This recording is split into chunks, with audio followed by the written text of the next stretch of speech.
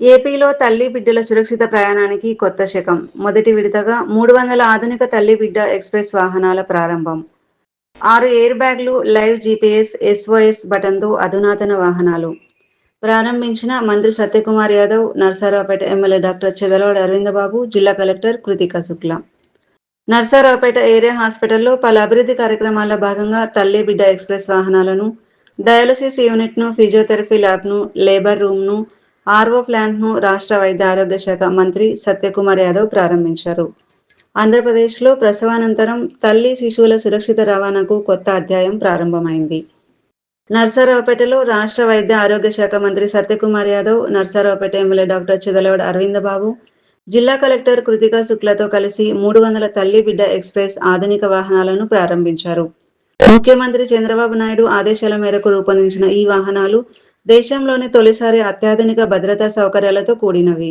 మొత్తం 500 వాహనాలు ప్రభుత్వం సమకూర్చుతోంది. తొలి దశలో 300 వాహనాలు ప్రారంభించి మిగిలిన 200 వాహనాలను 2 నెలల్లోపు అందుబాటులోకి తీసుకురానున్నారు. జిల్లాలో నమోదవుతున్న ప్రసవాల సంఖ్య ఆధారంగా వాహనాలను శాస్త్రీయంగా కేటాయించారు.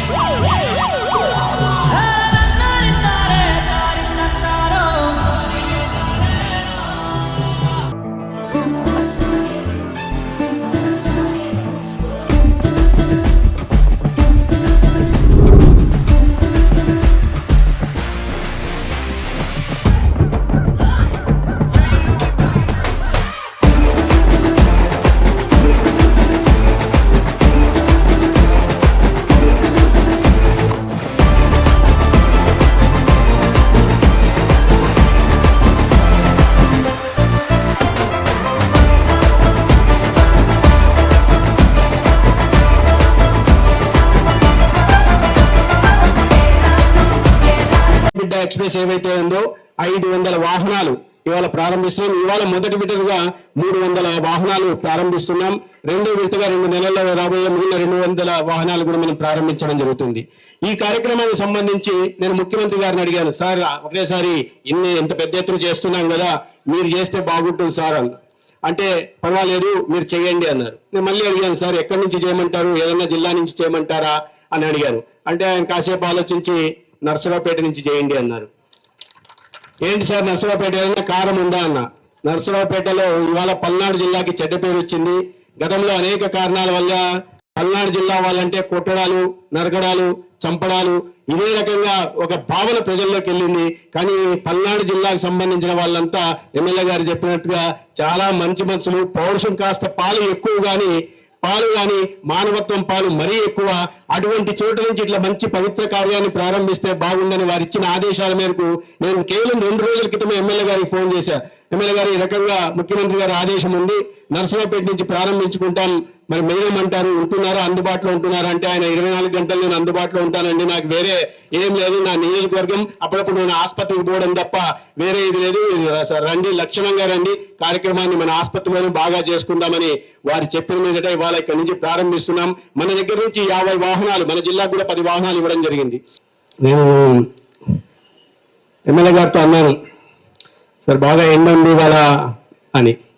అంటే ఆయన అంటున్నారు, ఇక్కడ ఎండ బాగానే ఉంటుందండి కానీ మనుషులు మాత్రం చాలా మంచోళ్ళు అని చెప్పి.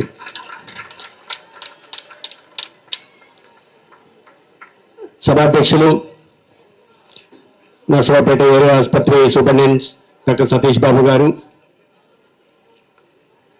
ప్రజల మనిషి, నిరంతరం నర్సరావుపేట నియోజకవర్గం అభివృద్ధి గురించి, ఈ ప్రాంత ప్రజల సంక్షేమం గురించి పరితపించే మంచి మనసున్న డాక్టర్, అసెంబ్లీలో సమస్యల మీద మాట్లాడమే కాకుండా నాలాంటి మంత్రులు ఆయన చూస్తే తప్పించుకొని పోయే పరిస్థితులు కల్పిస్తున్నారు. ఎందుకంటే కనిపిస్తే ఏదో ఒకటి అడుగుతున్నారు, నా నియోజకవర్గానికి ఏమిస్తారు, నా నియోజకవర్గానికి ఏమిస్తారని. ఇప్పుడు కూడా చూస్తున్నాం, ఎవరు మాట్లాడుతుంటే కూడా వాళ్ళని డిమాండ్లు అడగండి అండి. వరాలు డిమాండ్ చెప్పండి అని, వరాలు అనేవి వరాలని చెప్పలేం, డిమాండ్లు అడగండి అని చెప్తున్నారు. అటువంటి ప్రజల మనిషి డాక్టర్ అరవింద్ బాబు గారికి,